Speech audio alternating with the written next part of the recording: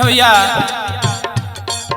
एगो भक्त एगो लड़का अपना माई के दरबार में जाके माई से निहोरा प्रार्थना करता, कहता कि हे माता हमरा कुछो ना आवे, हम रौरे सहारा गावत नहीं। कैसे भाव लगता कवि के बबुआ, गाई बजाई हम करी सुमीरा सब बीच आके मैया, सुमिरन में आके मैया दे दीदार सनावा, सुमिरन में आके मैया दे दीदार सनावा, सुमिरन में आके मैया। गाई बजाई हम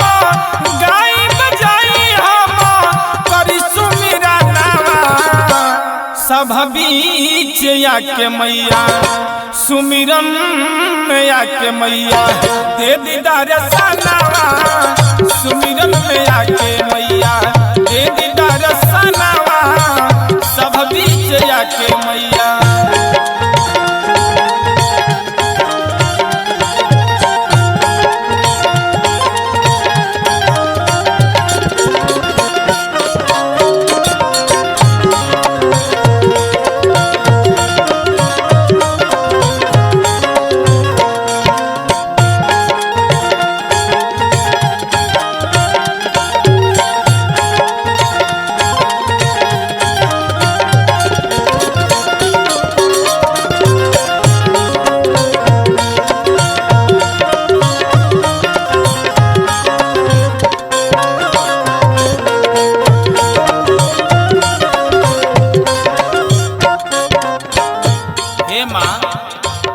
लइकवा कहता कि माई हमरा लगे कुछो नहीं बा,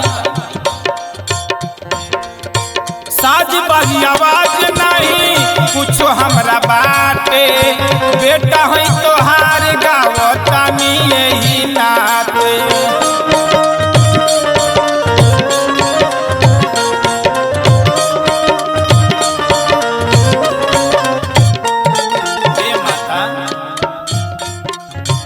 साज बाज आवाज नहीं कुछ हमरा बाटे, बेटा है तोहार गावतानी यही नाते।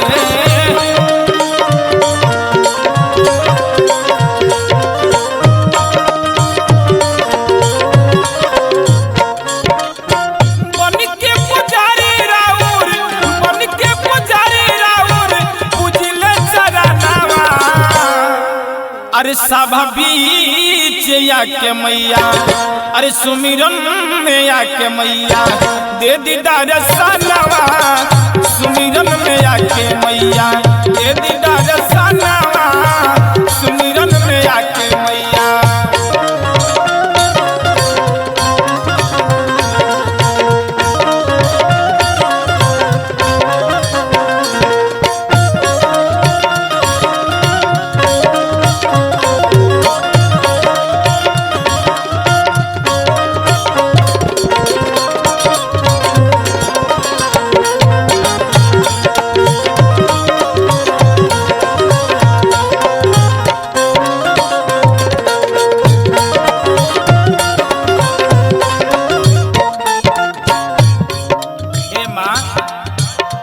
लइका कहता बड़ी सुंदर कवि भाव लागल बा, कवि के भाव लागल बा।